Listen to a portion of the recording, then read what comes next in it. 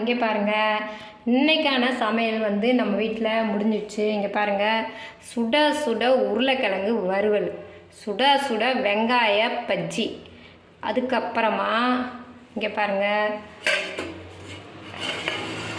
சுட சுட ரசம்.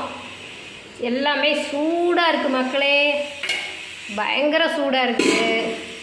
அதுக்கப்புறம் சுட சுட சாதம் பாருங்கள், சுட சுட சாதம் பார்த்தீங்களா மக்களே.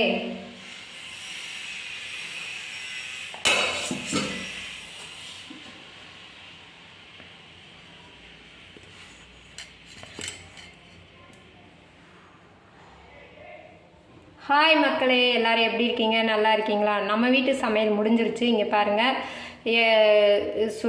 உருளைக்கிழங்கு, இது வந்து வெங்காய பஜ்ஜி, இது வந்து ரசம், எல்லாமே சூடாக இருக்குது.